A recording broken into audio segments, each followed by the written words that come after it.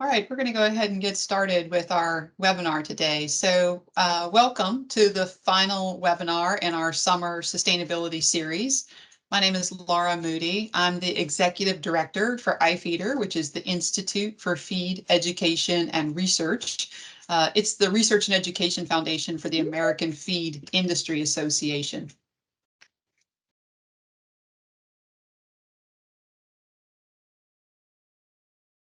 IFEEDER and the World Wildlife Fund are hosting these webinars to provide insights into feed system sustainability, support of our value chain needs, both those folks upstream and downstream of the feed sector who rely on feed as part of their operations.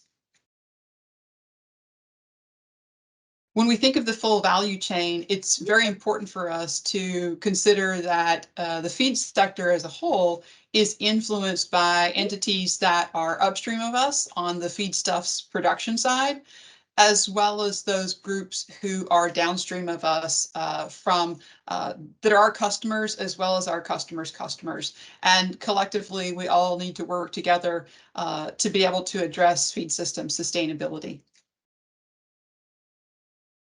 Our summit and these webinars are being brought to you by IFEEDER and World Wildlife Fund, but also through the support of our sponsors. For the summit itself, it's being hosted by Christian Hansen at their facility in Milwaukee, Wisconsin. But we have 3 showcasing sponsors, which we're very grateful for: Bayer, the Innovation Center for U.S. Dairy, and Syngenta, as well as our supporting sponsors, BASF, Cargill, and Elanco. And at this point, I'm going to turn it over to Courtney Hall with World Wildlife Fund so that she can introduce the topic and introduce our speakers as she moderates today. Thanks, Courtney. Thanks, Laura. I'm so excited about this 3rd webinar in our summer series focused on feeding future sustainable protein systems. So many of the players in the protein value chain, including corporates that sell meat, corporates that buy meat, or those that sell into those markets, are setting really bold, ambitious sustainability commitments. And we're going to hear about the implications of those from this esteemed panel today. So we have an amazing lineup of speakers with perspectives from beef, pork, dairy, and eggs to provide insight into their sustainability goals, their projects, operations, and the implications for feed sustainability in the future. So I'm going to introduce our panel, and then we're going to go into a few presentations, and then we'll have an open Q&A session at the end. So if you have questions, please put them in the chat, and we'll have a moderated discussion at the end. So we're joined here today by Suzanne Vold. Suzanne is a dairy farmer from Glenwood, Minnesota. Hi from Minneapolis. Suzanne is a co-owner alongside her husband Brad's brother Greg, of Dorich Dairy. Their farm was honored to receive a National Sustainability Award from the U.S. Center for Dairy Innovation. She is also the director on the local, state, and regional production boards and serves on the Environmental Stewardship and the Stewardship Commitment Committee for the Innovation Center for U.S. Dairy. We are also joined by Sam Kraus. Sam is an agribusiness marketing leader with more than 10 years of experience in economic development, marketing, and customer relations. In 2016, he returned to Indiana with his wife, Amy, to begin his career in the family business.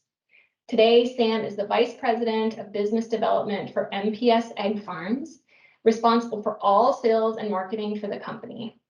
Sam is a member of the American Egg Board and sits on the United Egg Producers Government Affairs Committee.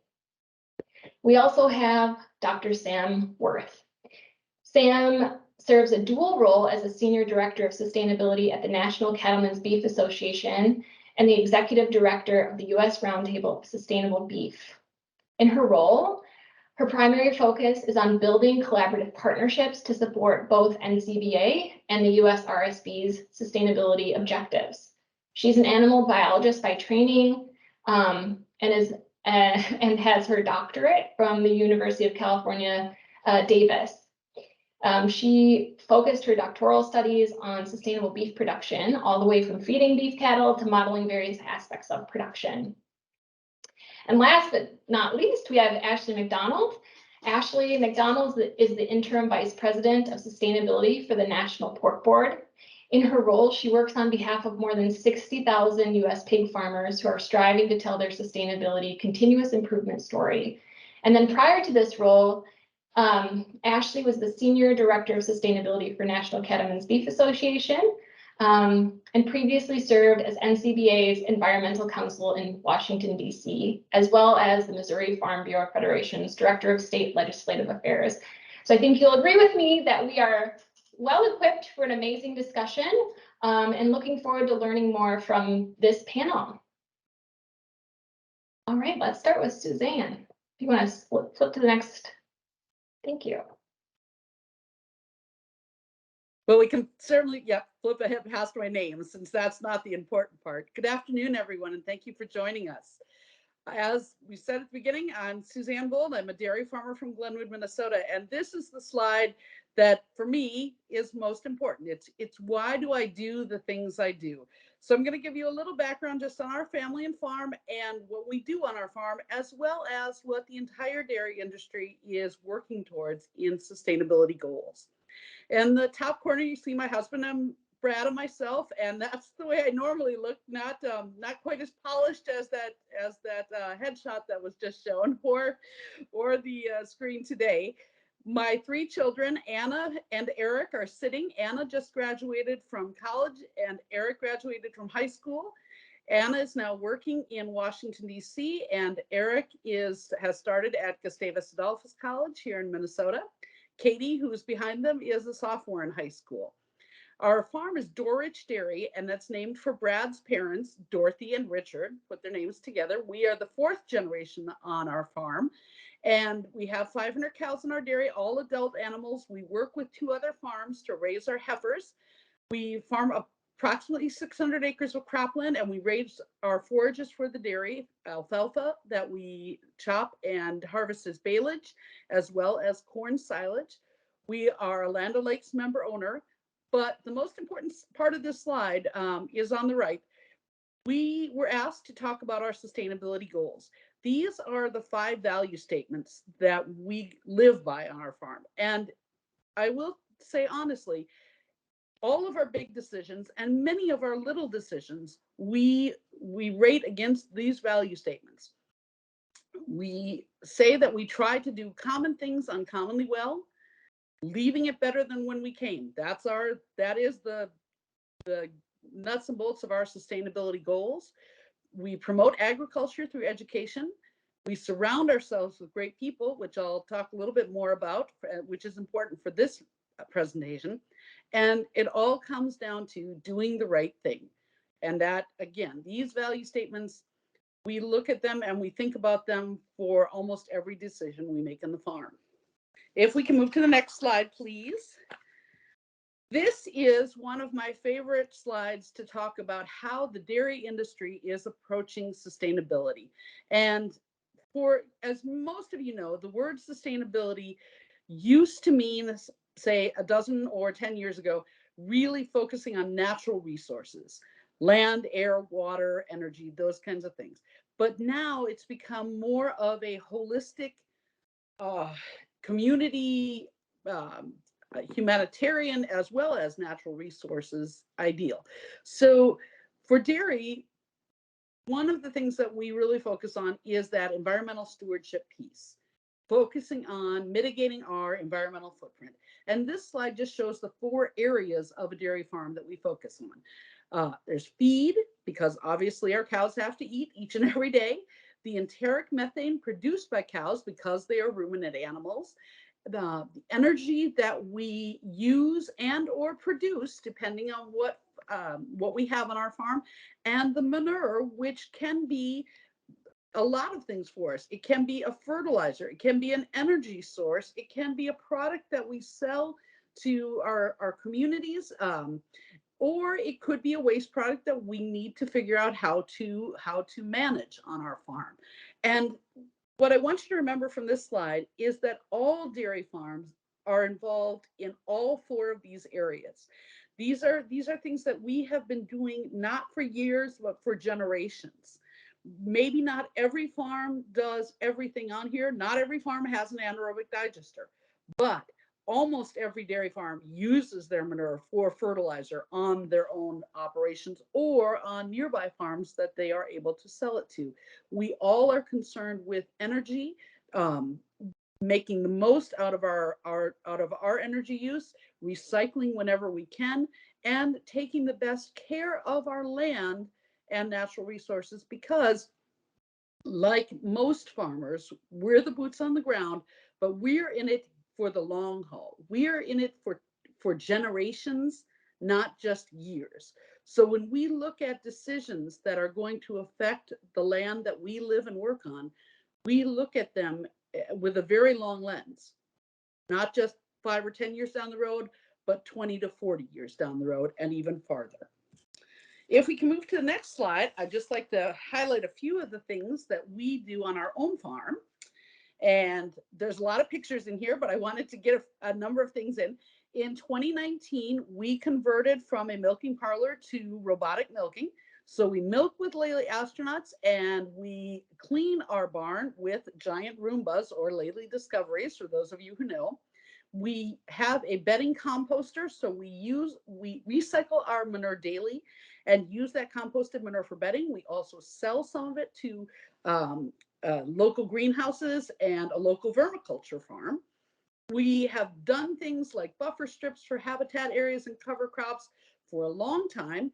We've done a few more things that are more new technologically, LED lights throughout our facility, variable speeds drives on every piece of equipment that we can put them on.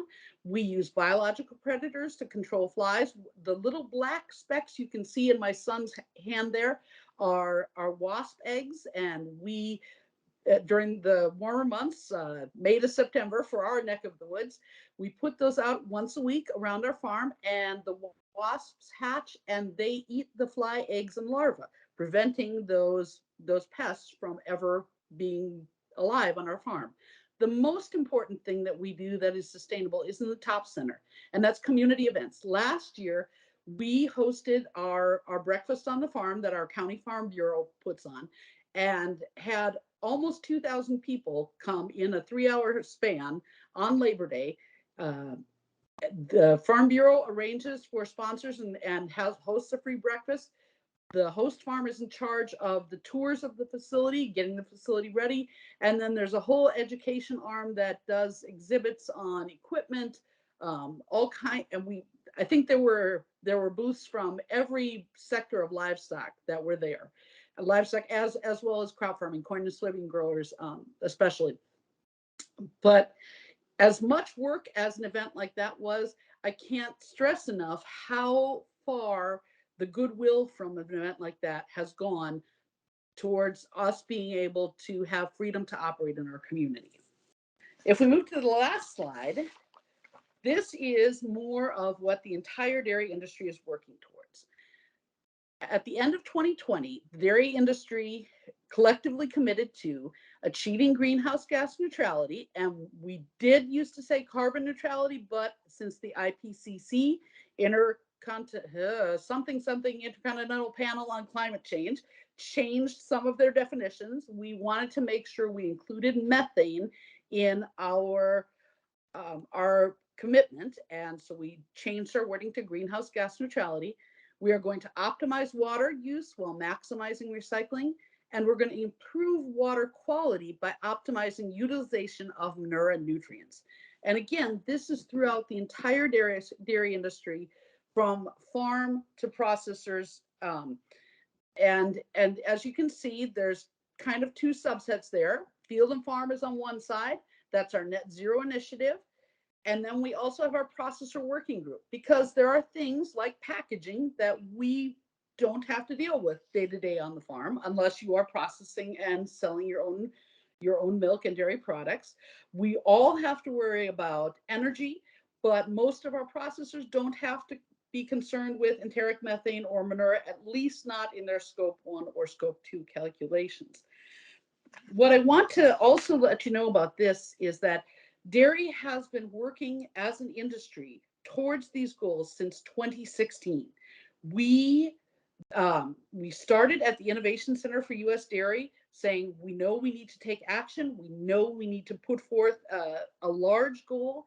And we wanted to make sure that we did that carefully, thoughtfully, and deliberately. So these are things that we can talk about as we get into the questions and answers, but it is really an industry-wide goal, and we all are working together to make sure that we reach those commitments that we've made. Thank you.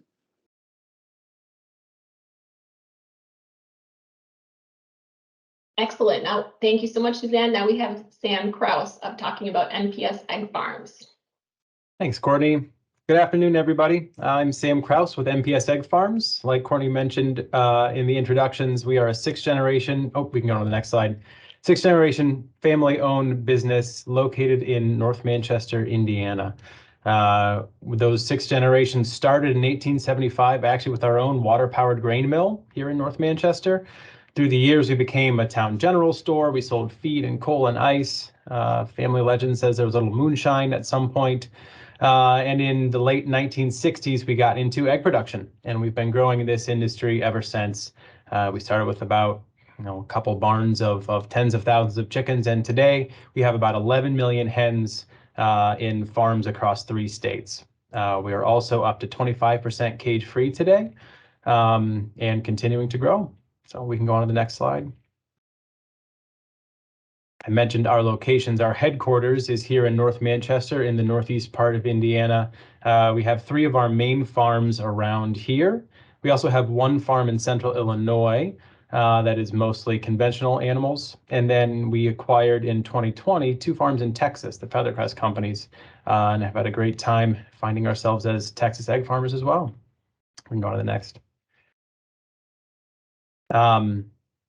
Suzanne and everybody so far has teed up really nicely what sustainability means, and I could talk a lot about the practices that NPS has and that are in the industry in general. One thing I want to focus on, though, is something Lara teed up, the fact that we're all at some level in this chain of influence, and we have a project going on to try to bring the influencers all the way down in terms of the retailers and the consumers into the fold with the projects we're trying to do. So we're looking at what's next, how we can bring some of the programs and the great practices that are happening on the farm and in the feed mills to the customers and to those who can really support this with dollars and make a difference in the marketplace. So we're doing that by piloting the first in market program in eggs to source verified, efficiently produced low carbon grain. And verifying those inputs to the level that a retailer could claim Scope 3 emissions reduction or support an on-pack low carbon claim. We're doing that by partnering with our farmers to purchase grain. They provide data on their production practices that Farmers Business Network, our partner in this project, through their gradable platform, scores the grain, gives it a carbon score. We feed that mass balance to our hens, meaning if we buy 10% that's scored, we can apply that 10% to a certain production percentage without identity preservation in the feed mill.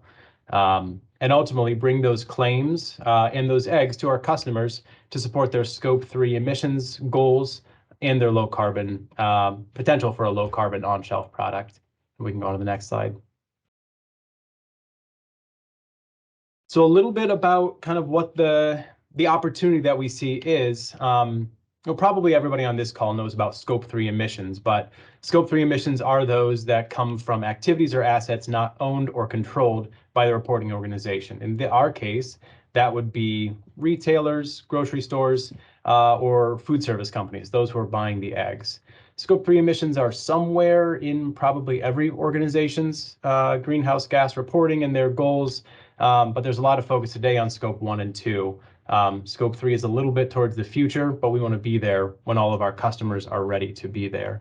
So when it comes to impacting Scope 3 emissions, for food companies like our customers, agricultural emissions make up the majority of those Scope 3 emissions. Or not the majority, but the largest subset of those. And in total in the US, agricultural emissions make up about 11% of total greenhouse gas emissions, according to the EPA. If we drill down one more step to eggs, comparing us to Suzanne's great chart that she showed in the previous presentation, where feed makes up 26% of the output for dairy. In eggs, we're a little bit unique where feed makes up 47%. I think among the proteins, that's probably one of the higher percentages that you'll see. So as we're thinking about our ability to impact our customers' Scope 3 emissions, which we know we'll need to do, if we're not moving the needle on animal feed, we know we're not going to be able to make a meaningful difference in general. Doesn't matter how many electric vehicles or solar panels we put up, and even though we do those things. So we have a real focus on feed and on how we can impact that through these partnerships. We can go on to the next slide. There are some results here from our pilot program, but I also want to speak to how MPS and a lot of egg producers really are well situated to take advantage of such programs. Most of the industry is vertically integrated. We own and operate our own feed mill and purchase corn and grains from local farmers. So we're able to work with them, one, understanding the program, being comfortable sharing the data of the production they have today. But then as we evolve the program, we want to talk to farmers and encourage them to learn more about these measurements, learn more about how different management and production practices can impact their carbon score, and over time, help them implement practices that will reduce their carbon intensity, things like reduced tillage, cover crop integration, and the biggest one is nitrogen fertilizer application optimization, getting your nitrogen levels right. We have a great opportunity in eggs in the fact that we have a lot of chicken litter as well, which is a great low carbon source of nitrogen. So we see some nice opportunities to create that kind of circular story, a really nice narrative for our farmers, for our customers, and for the marketplace generally. When it comes to the early results of the program so far, we've been able to score about 10% of our corn inputs. We want to grow that number. But what we found so far is that about of the corn that we scored, we were 19% below the state in terms of carbon intensity and 10% below national average. So we've got a great starting point with the program and are really excited to expand it as we go. This will be one piece of our overall sustainability platform. Of course, the Sustainable Poultry and Egg Roundtable is a group that we're a partner with. And we look forward to telling this story of our low carbon feed programs within the greater framework that great group and our industry are building up. And we just really look forward to being able to share the story, having the framework to continue to build the overall picture for MPS and really take the great work that's happening on the farm here at MPS, in the fields, to the customers and to the marketplace to create a more kind of holistic and sustainable platform for sustainability as we go. That's it. Thank you. Thanks so much, Sam. And now turning over to Sam Worth from the U.S. Roundtable for Sustainable Beef. Over to you. Thanks, Courtney, and it's great to be here today. I just want to start off with a little bit of background and history on the U.S. Roundtable for Sustainable Beef, or USRSB, for those who may not be familiar with our organization. We are a multi-stakeholder organization. We came into being in 2015 with 94 founding members, and today we have over 140 members that span across the entire beef value chain, but also into civil society and allied industry. So we're a unique organization in that everything we do is taking in this full picture beyond the animal as it relates to sustainability. So our mission at USRSB is to advance, support, and communicate continuous improvement of sustainability across the U.S. beef value chain. And our vision is that the U.S. beef value chain is the trusted global leader in environmentally sound, socially responsible, and economically viable beef. So that last little tidbit there is really the 3 pillars of sustainability. And USRSB has kind of taken a step further to build out those 3 key indicators of sustainability to create 6. high priority indicators of sustainability. So in everything that we do, these are kind of our guiding forces when we're looking into improving production. And those are air and greenhouse gas emissions, land and water resources for the environmental side of things, and then employee safety and well-being, animal health and well-being for the social side, and then finally efficiency and yield for that economic piece of sustainability. And I know the point of this call today and us being on here is to kind of talk about what we see as being a need from the feed sustainability in relation to achieving our goals. So I wanted to share quickly, next slide please, our goals.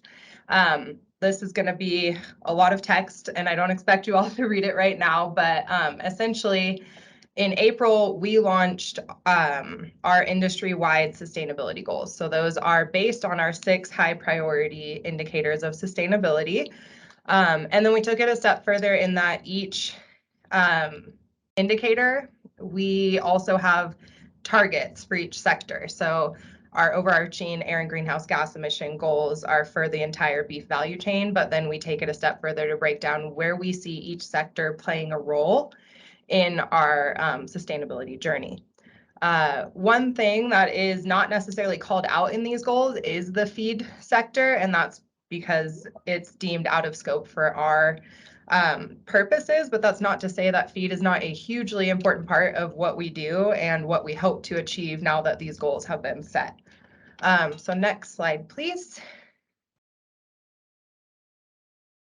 So the role of feed in achieving our beef goals, I wanted to break that down into a couple of different ways. First, thinking specifically towards the USRSB goals. And I know I didn't give you much time to read that slide or delve into what our overarching goals are, but I just really wanted to get to that connection of beef and feed. So to start, when it comes to air and greenhouse gas emissions, the advancement of feed and feed additives is going to be critical to us reducing emissions, both in the feed yard sector and in our cow-calf operations. So in the feed yard, I think a very common misperception is that beef cattle in a feed yard are the most impactful part of our supply chain, and that's actually incorrect. It's the cow-calf sector. So when we think about how can we utilize feed to mitigate greenhouse gas emissions, one of the main things that we want to think about is how to advance feed additives in a way that makes sense in a cow-calf or grass-based environment versus in the feed yard sector.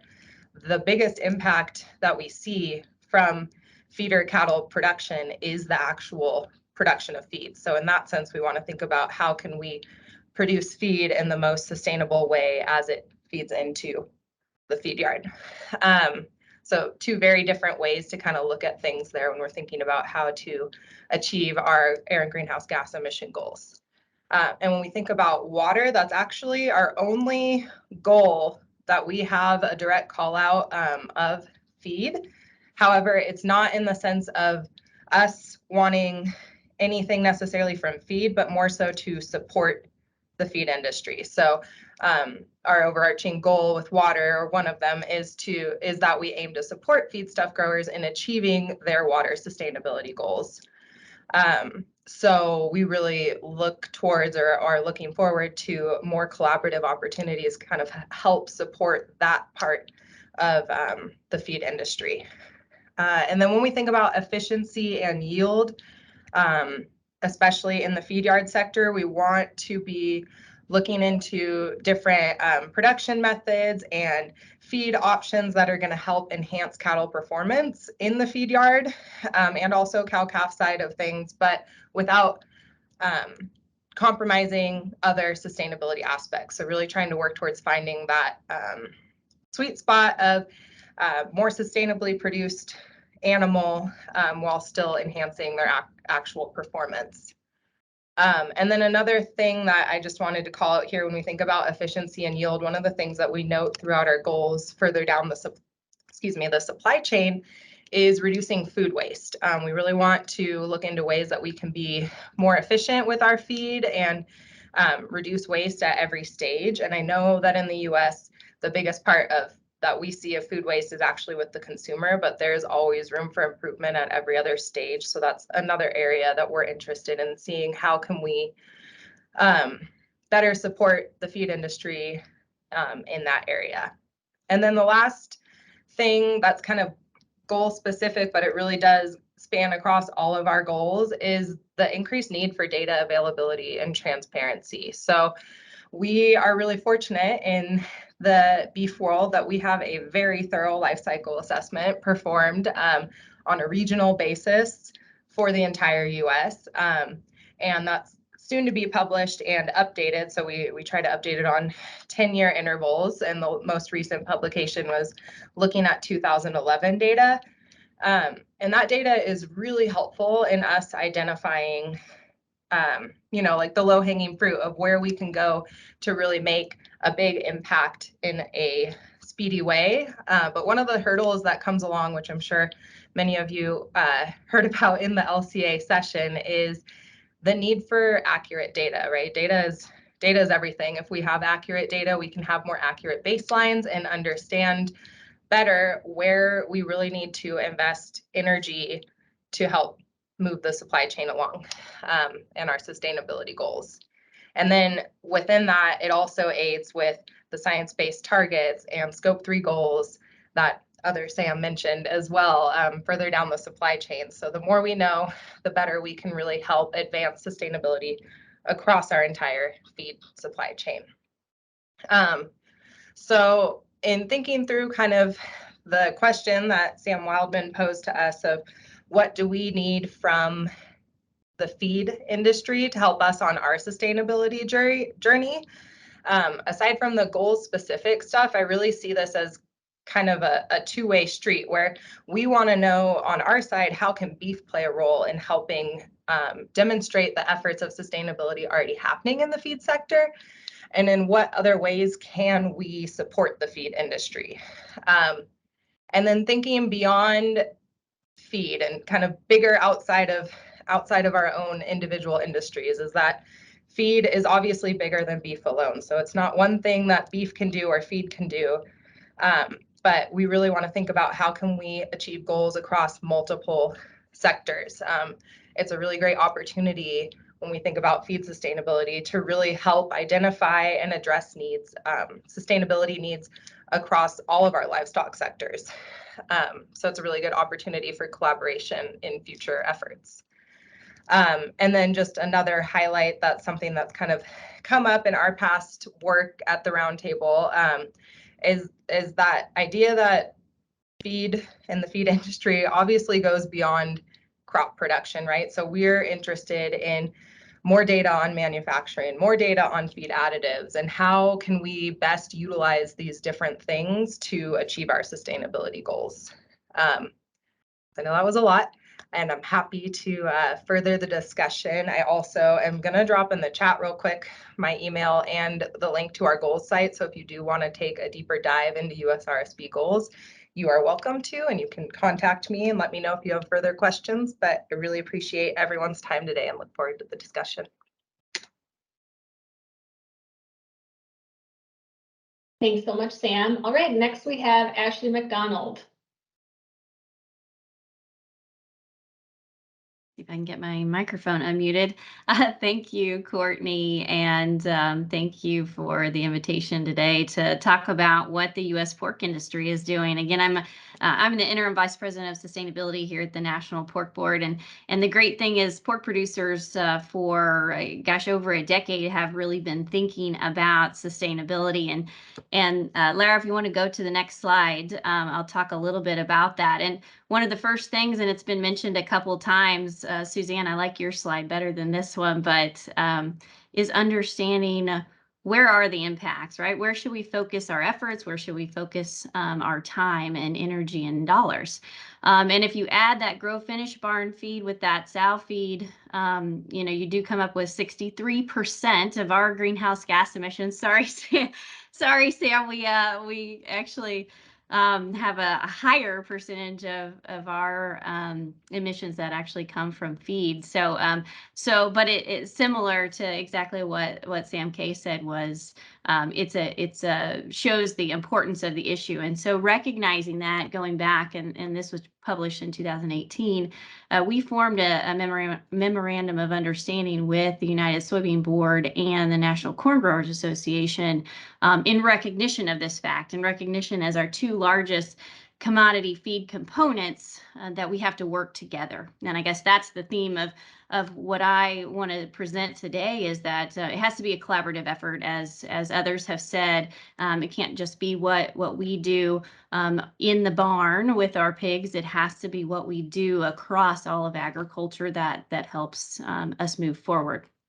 And so what we have done at Pork, and we have a number of goals similar. It would look similar to Samantha's slide with a lot of things. There's essentially 12 goals and associated metrics for each one of them, and those are all at porkcares.org, which I can put in the chat as well.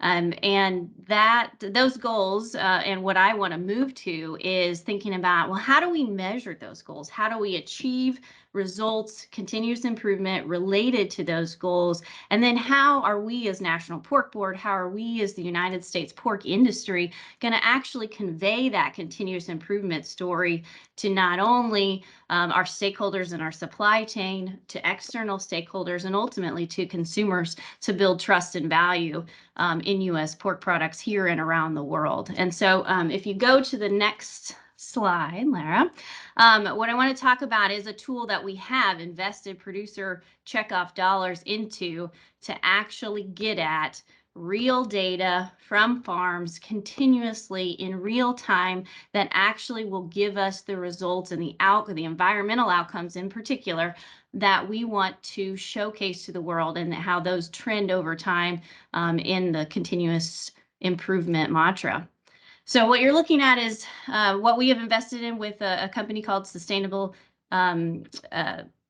SEC, Sustainable Environmental Consultants, not the Securities and Exchange Commission. But what we work with SEC on is their eco practices platform, and a report that each producer individually gets for their operation.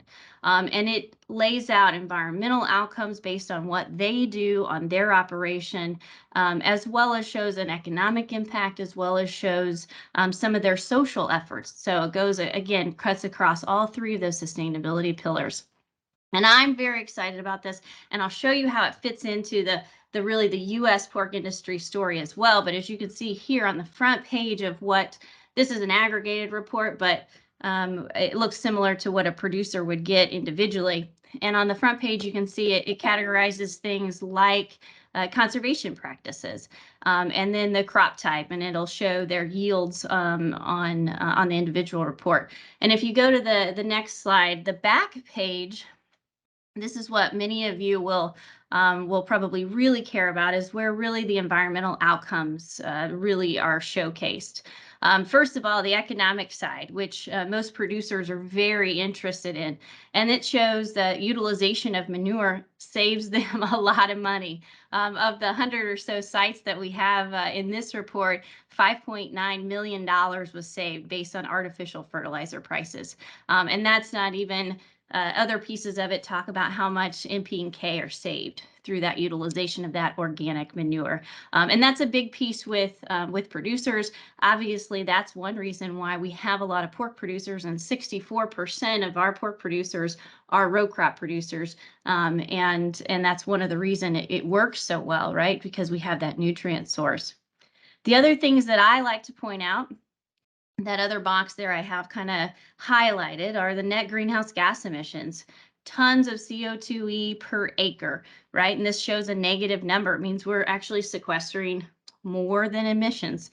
And I think that's an important fact, and shows what we can do if we put even more effort. And again, this is a subset, right? And you have a lot of early adopters in this subset, but it shows you what farms can do. Soil erosion rate is a huge one, and I don't think it gets enough appreciation for those people that are in this program, that's in this aggregated report.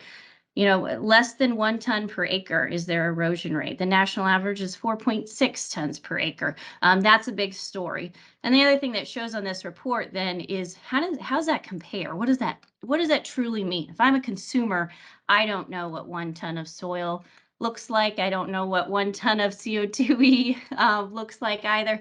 So what is that? And so it shows in terms of passenger cars off the road. It shows in terms of dump trucks of soil saved, right? Things that people can really put into perspective. And again, that's when we aggregate that, we can tell a story, right? And this is one tool, and this is actually giving producers the empowerment to understand what they do and how that impacts positively on the environment or on them economically. And that's important. And then they can take that and actually go forth and market their product differently. They can go to their lenders, go to legislatures, whatever they find useful, they can do it. And their checkoff dollars have essentially invested in that for them. And so they can go to porkcheckoff.org/sustainability and sign up for that and get that process started. Now, how does that fit into the overarching approach at National Pork Board? If you go one more slide, Lara. And it goes into, this is one of those, if you see the box that says existing data systems. That would be an existing data system that is one of the pork board systems, but also there's a lot of other ones out there. Our producers already invest in PigChamp. They already invest in meta farms, in places where their data is already housed. And what we're trying to do is pull data from all of those different sources and put them into what we call the We Care application, which is an online database that is tracking our progress towards our goals and metrics. And as we pull and build APIs with all these systems to pull that information in, what ultimately we get is we'll get a U.S. pork industry sustainability report once we have a representative number of pigs in there that we can say it represents the industry. And that's the goal that we're shooting for, is to be able to not only set goals, which of course, again, you can find it, that 40% reduction of greenhouse gas emissions by 2030 is in there.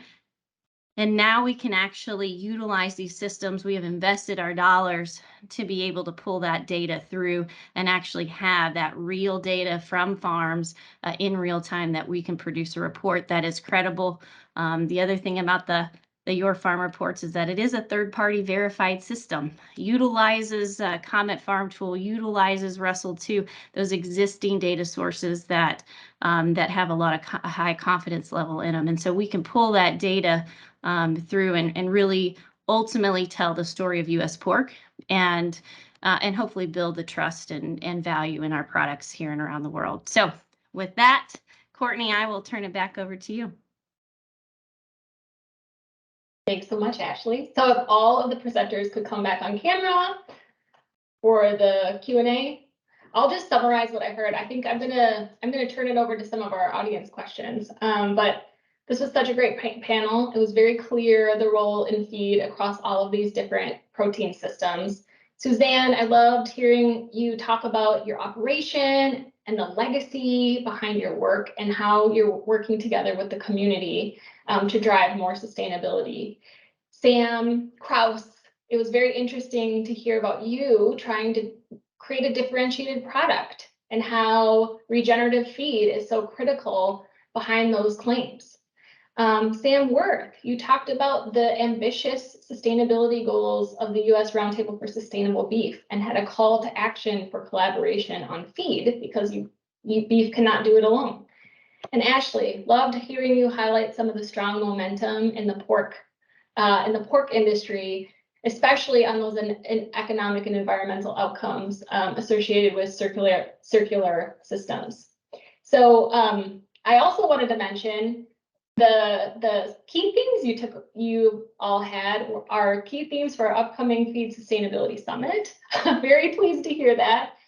We heard about the importance of additives, regen feed, circularity, sourcing and transparency in data. I think all of these things are major issues that the feed industry alongside their protein partners are working on to solve together and to scale. I'm gonna take some audience questions and then I have some for you all as well, but please, listeners, put some questions in the chat for our panelists. I'll start with this first one from David Dayhoff. So this is for Sam K. Is MPS's program for potential low carbon claims or customer scope 3 reduction claims set against a particular baseline, and how is that established? If you could talk a little bit more about that process you went through, that would be great. Yeah, sure. For those baselines, I'll be honest, we have relied mostly on the input from Farmers Business Network, who we're partnering with on this. They're very familiar with all the different metrics and scoring systems and things. I think that the state and national baselines that they've pulled from are pretty well established, though, probably from some of their own internal data and from national averages. So I can follow up with more detail if that's desired, but for the most part, we've worked with our partners to come up with that specific goal or the specific benchmark or marks that we're using. Great, thank you. This is another great question from David. This is directed to all of you. I think this is really important, the demand side or customer side. To what extent do panelists think consumer-facing downstream customers want specific primary data about their supply chains and suppliers as opposed to averages? And in other words, what are consumers looking for in your product? What do you see is on the horizon for transparency and reporting of impacts associated with things that we eat every day? All right, I'll start off here, if that's okay, Courtney, unless you want to call on everybody. Well, great question. And I guess I think what really consumers and consumer-facing brands want is a confidence level, right? And so third-party validation is a piece of that. And I think that's something that obviously you saw in my presentation, like we're shooting for, right? To make sure folks feel confident that not, they want to see that you have goals, and then they want to see that you're making progress towards those goals, and how do they have confidence in that? And so I think that so it's not necessarily, David, it's not necessarily the number, right? It's that that you are calculating, you have the numbers, and that you're reporting it in a very transparent way, and that somebody that's not just you in your industry is also looking at that and making sure that your numbers are are very credible. So I think that it's more building that confidence in what we are saying and what we are reporting out. That's in my opinion sometimes more important than any number that that we could actually throw out. Ashley, I'll agree with you there that the building trust is a huge part of it. But I also think that the continuous improvement piece is more important, rather than saying we have achieved climate neutrality or whatever it happens to be. I honestly believe consumers are looking for, what have you done for me lately? That they don't expect us to do it all at once. We're not going to reach the finish line today or tomorrow, but we're going to make small steps and we're going to keep trying to do it better. In the dairy industry, a lot of us sell to are members of cooperatives that process and sell our product. And so we rely on our cooperatives for that measurement piece. And our cooperatives belong to our National Trade Association, National Milk Producers Federation, and we all use the FARM, Farmers Assuring Responsible Management Program, which now has an environmental component on that. And there is that once every 3 years we are inspected or rated on that. We keep documents in a farm binder on our farm and update them annually or as needed. And there are third-party verifications of those farm audits done, FARM audits done as well. So we do have that outside source, as a lot of our other commodity industries do. But I think it's that we're always working to get better, as opposed to consumers demanding that we have reached the finish line already. I'm not sure I can say much more than Ashley and Suzanne have already said, but I will just mention that I kind of see, at least for the roundtable, we are very much facing within our industry, right, and related stakeholders, and not necessarily as focused on the consumer, but I will say from our market research team, knowing the consumer and what they want, I think that it's safe to say consumers are very overwhelmed with the sustainability topic nowadays, and they really are looking for that trust piece. So they're not going to want these hard numbers, but they are going to want, to Ashley's point, that third-party verification where they can feel confident that when we're telling them we're doing something and that we're continuously working on improving, we back it up. And from the market or the retailer side, I know a lot of the ones we're working with, they do want that hard data, right? They want to be able to make calculations for their own specific ESG goals and different things so that they can be reporting out as accurately as possible. So kind of different ways, but. Yeah, I think it's been well covered. I think verifiable data is the biggest thing for sure. And if anybody can tell us what exactly the customers want when it comes to sustainability and information, would love to know it. Great answers. All right, this one is from Miguel Gonzalez. So this question is about carbon credits, but in any of your protein value chains, are you seeing the use or development of carbon credits as a result of these various sustainability efforts? Yes, I'll talk about again, I spent most of my time talking about those Your Farm, we hear Your Farm reports and some of those numbers that you could see in there. Now that's a little bit, they are not verified carbon credits, right? In that report, that's essentially everything you're doing to date, right? And we all know that carbon credits want new and additional carbon and all those kind of restraints on early adopters, and working through a lot of that with different markets. But one of the things that we've recognized with the Your Farm reports is how can we take those and actually give producers even more added value? Can that be the data collection step that can be used if they've spent the time to go through that report and provide all their data to SEC? Can that take care of a step or two within some of those markets? So probably won't get us all the way there, but that's, I'd say, a question that we're constantly thinking about is how do we make the tools do a lot of things? How do we make, ease the burden on producers? And Sam and Suzanne can speak to this, but what we hear from pork producers is, gosh, there are a lot of people asking for data at different ways and in different forms, and can you reduce that burden on us in one way or another and make one tool qualify for a whole bunch of stuff, right? And that's obviously easier said than done, but we hear that message loud and clear, and I think that's something that we're working on with all of our tools. How do they work together? How do they ease the burden on producers by having one set of questions, one set of data collection, and be able to do a lot of things. So definitely something we're talking about. It's probably the biggest question I get asked about the Your Farm reports is this a carbon credit that I can get paid for if I take it somewhere? And again, unfortunately, I let everybody down when I say nope, not yet, but working on it. Great, thanks, Ashley. Maybe if one other panelist has a thought on this or other key enablers of sustainability, carbon credits might be one of them, but what are other things that are supporting adoption of sustainability in value chains?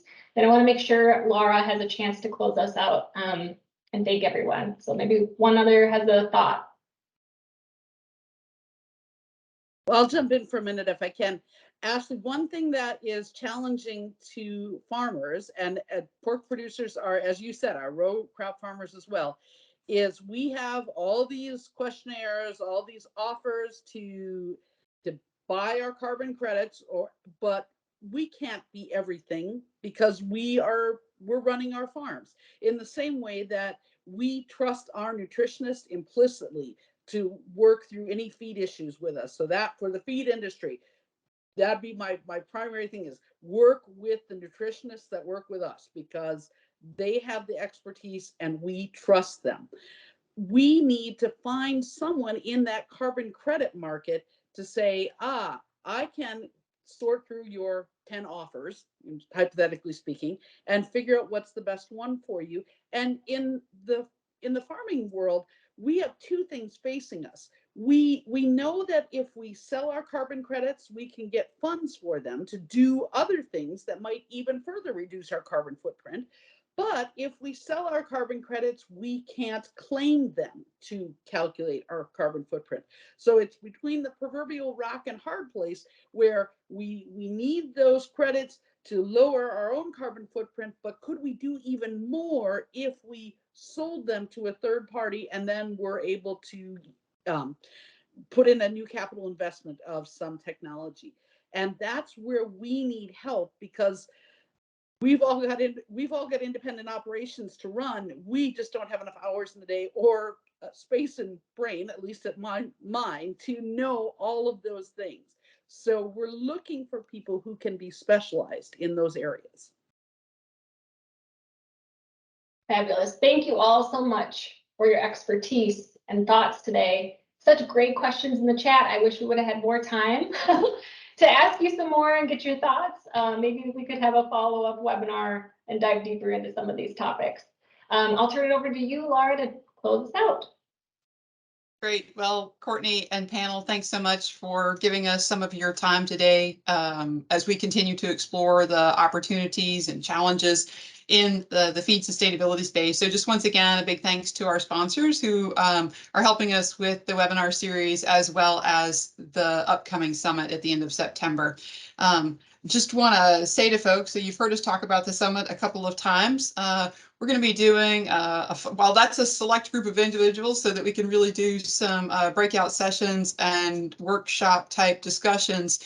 We know that folks are going to be interested in the findings or what we take away from the summit. And so coming soon, we'll reach back out to folks later in the fall and offer up a webinar or opportunity to provide insights that are the takeaways from the summit. So until then, thank you for joining us in the summer webinar series, and we look forward to sharing the findings of the summit with you in the future. Have a great day. Thanks.